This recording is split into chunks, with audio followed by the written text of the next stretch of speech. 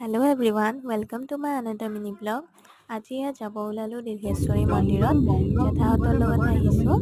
তাৰপিছত ইয়াত মন্দিৰত আহি পালোঁ। এতিয়া ইয়াত চিৰি উঠি আছোঁ। এয়া চিষ্টাৰ, তাইৰ বোলে ভাগৰ লগা নাই, কিন্তু মোৰ লাগিছে দেই।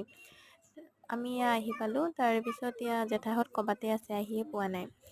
অলপ পিছত সেৱা কৰিলোঁ। সেৱা কৰি মনৰ যিমান কথা আছিল সকলোবোৰ তাতে ক'লোঁ, কিন্তু নাজানো আৰু কিমান দূৰ পূৰণ হ'ব। তথাপিও ক'লোঁ আৰু ভাল লাগিল গৈ।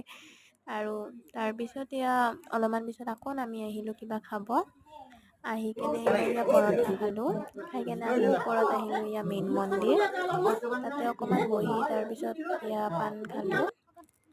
পাণ খাই কেনে অলপ পিছত ভোগ খাবলৈ গ'লোঁ, ইমান মানুহ হৈছে।